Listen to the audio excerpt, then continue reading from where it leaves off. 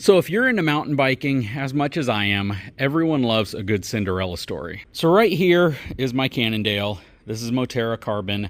This thing is super, super sweet. It's got really high-end components on it, and it was upgraded significantly when I got the bike. So all the RockShox stuff was removed.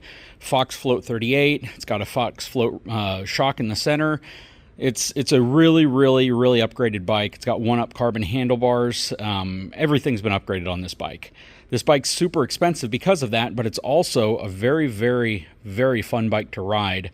And this is kind of the essence of an e-mountain bike. I think anybody who has an e-mountain bike, regardless of what brand it is, would probably say this is a pretty good example of a very well-equipped e-mountain bike. So my regular mountain bike is right here. This is my Santa Cruz. I have a Fox 36 up front, Fox in the center. It's completely decked out, all carbon fiber. This is the previous generation Santa Cruz. This thing has been absolutely amazing. I love 1-up carbon handlebars, so I have them on both bikes. This is an absolutely incredible bike as well, and this is my non-e-bike. So when I go riding and I'm not wanting the extra power that an e-bike gives you, and I just want something super lightweight, easy to carry around, this is the bike I go for because it weighs like 26 pounds. Super light, super capable, very reputable. People love Santa Cruz. This is a Santa Cruz, and again, this is my other mountain bike. But again, that's not what this video is about.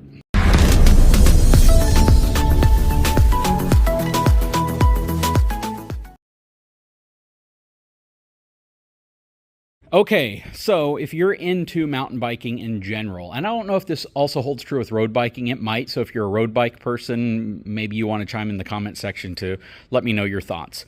But everyone loves a good Cinderella story with mountain bikes. What I mean by that is, if you are seriously into mountain biking, you're probably like me, and you also love to see those videos that like Seth puts on with Burn Peak, where he gets a Walmart bike and he sees how tough it is.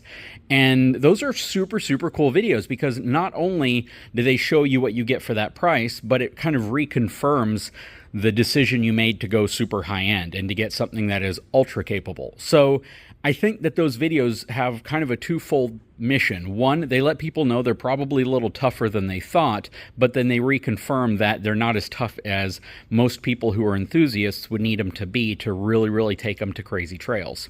That said, what you're looking at in front of you is a bike that I already featured, and I know that I'm trying to express a value point behind this bike, because there's a lot of folks out there who believe for the $4,000 price tag that this bike costs that it's outrageously expensive, and then there's some folks who believe it's a pretty good value. I kind of hover right around in the middle, because I understand I can go out, I can get a TREX, I can get a Giant, I can get a Cannondale, I can get all sorts of entry-level professional brand e-bikes and have a good quality bike. The challenge with those bikes is the fact that they're pedal assist only, so they require you to pedal to use the motor. A lot of folks who get like electric e-bikes, or they get lower cost, value-oriented e-bikes, they really value the throttle, the capability to press a throttle and take off and not have to pedal.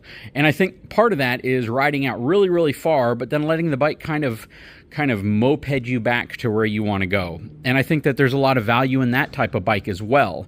So that's the big value point here, is the fact that you get a far more powerful motor on here than you get on most professional e-bikes. Most professional $7,000 to $12,000 e-bikes are only going to have a 250 watt Bosch or Shimano motor on them. This has a Bafang 1000 watt motor on it, which is insanely powerful, and you feel it. It feels so much faster than my Cannondale. And by the time I get to the fastest my Cannondale can go, it's a struggle. It's a bit of a struggle, because the minute the motor kicks off, whenever you reach the maximum pedal assist, you're huffing and puffing a 65-pound bike around. So this is really nice that it can kind of carry you all the way up to 20, 21 miles an hour. And again, it feels a lot faster than that, believe it or not. It's kind of crazy, but it's a perception thing. And I think that perception really comes across as reality. But this is a cool bike because it can let you ride it without having to pedal if that's what you want. That said, the Cinderella story here is what I mentioned in the first video. I wanted to upgrade the heck out of this thing. And it's just kind of for fun, because I got tons and tons of parts in my parts bin of things that I've removed from other bikes that did cost, you know, several $1,000s more than this.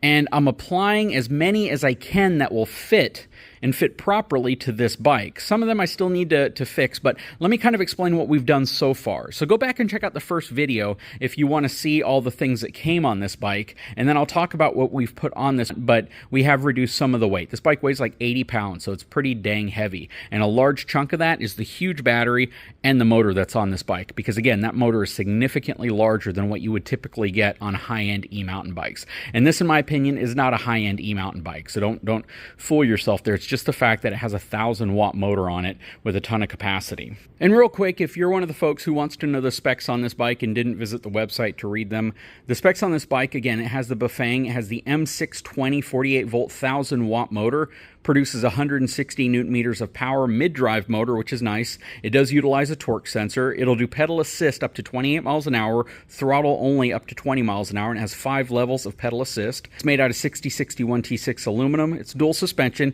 It's supposed to have 110 millimeters of travel, but the front fork that I removed was a 140 millimeter fork, so that's kind of interesting. The back is probably around 110 millimeters of travel, but the front definitely had more. This is one of the upgrades we did, and I'll talk about that here in a second. The cassette on this is a 10-speed Shimano cassette, has a KMC 10-speed e-bike rated chain, 38.5 millimeter seat clamp. Battery on this is a 960 watt hour, 48 volt, 20 amp hour battery. This thing is a pretty crazy battery on it.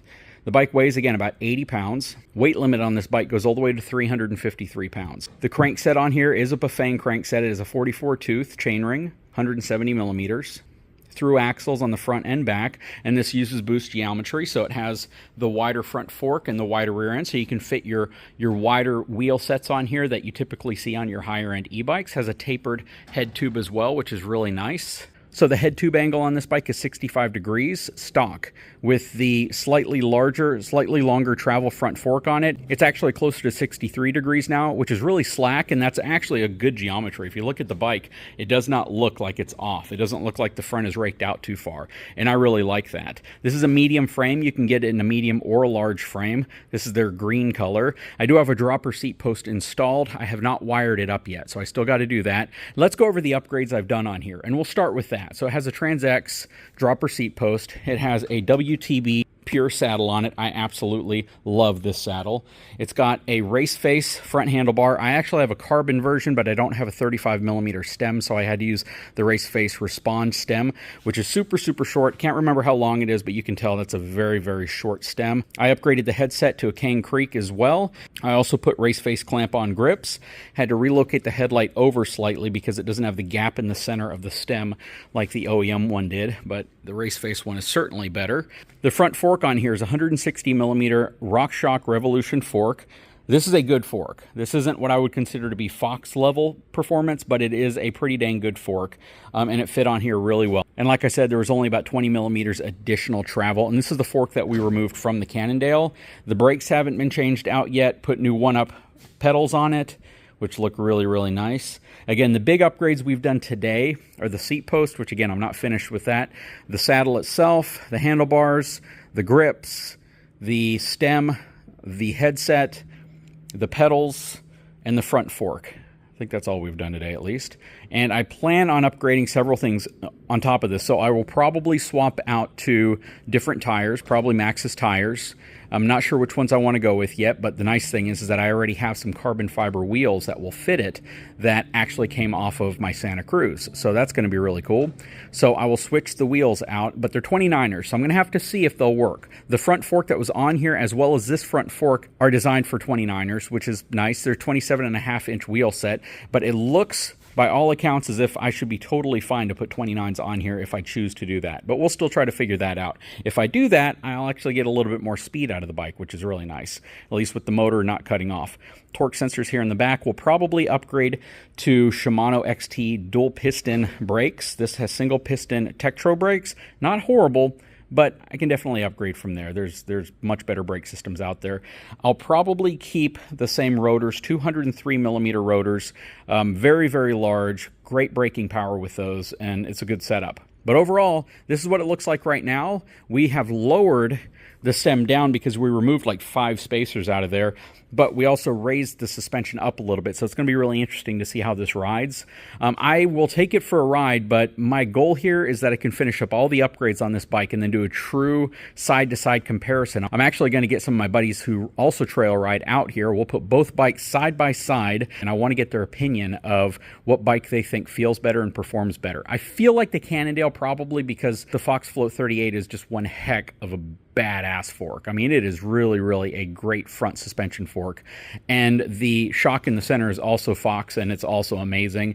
This is the one that came on here, which is a Radon from Suntour. It's an air shock. It's not bad. It's just very, very entry-level professional, if that makes sense. It's definitely what you might get on your typical $3,000 to $5,000 dual suspension e-bike. Anyways, I'd love to know your thoughts. Leave a comment below. Again, we're kind of making this a Cinderella story, so even if you hate the value of this bike and you think it's just a horrible value, by the time we're done with it, it's at least going to have some components that might sway you the other way if you were looking for a bike perhaps that had throttle capability with a 1,000-watt Bafang motor on it. That's right there. That's a huge reason to consider this bike in that price range, because if you are looking at those brands that you typically see at professional bike shops, well, the problem there is that you're not really going to get one that has that type of power, and I think most people would agree.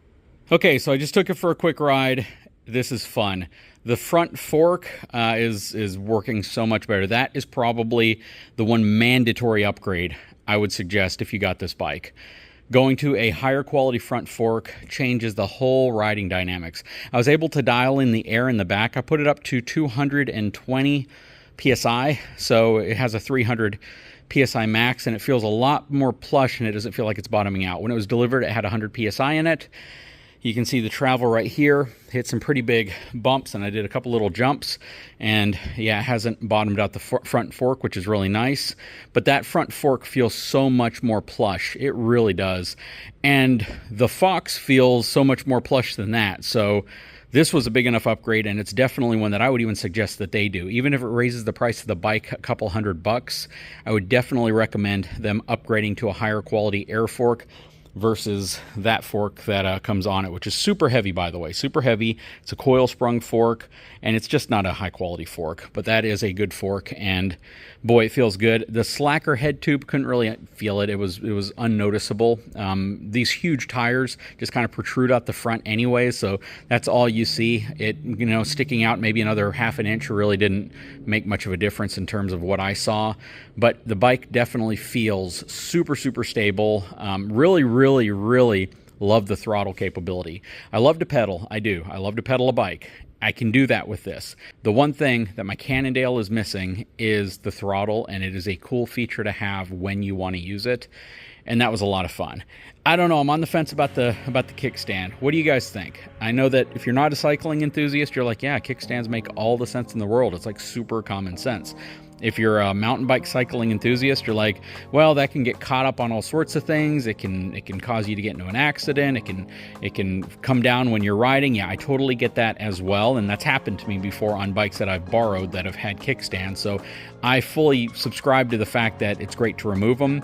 But on this specific bike, I don't think I'm going to. I mean, I might, but I might not. So, you know, you tell me, what do you think about kickstands? I'd love to know. Anyways, guys, super fun. I'll put a link in the description if you want to start your own Cinderella build on a really cool e-mountain bike. It is pricey. You know, it's $4 grand, $3,999. I think they have sales and specials occasionally on it too. It has decent entry-level components for that price of mountain bike. That's all I'm going to say. I'm not going to say that anything on here is extra nice, because the RockShox front suspension fork on here isn't what I would consider to be a super high-end fork either, but it is significantly higher end than the junk that they put on there, because that is junk. I'm not going to lie. I don't want to sugarcoat it. The rest of the bike feels really solid. It does. I'm really happy with it. It's super heavy. That's its only downfall, but all e-mountain bikes are super heavy, unless you get like a Specialized that weighs like 30 pounds because they put a tiny motor and a tiny battery in it. Love to know your feedback. Leave a comment below. Guys, if you haven't had a chance, please take a moment, subscribe to the channel, and I will talk to you again soon after I clean up all of my mess that I made doing these upgrades.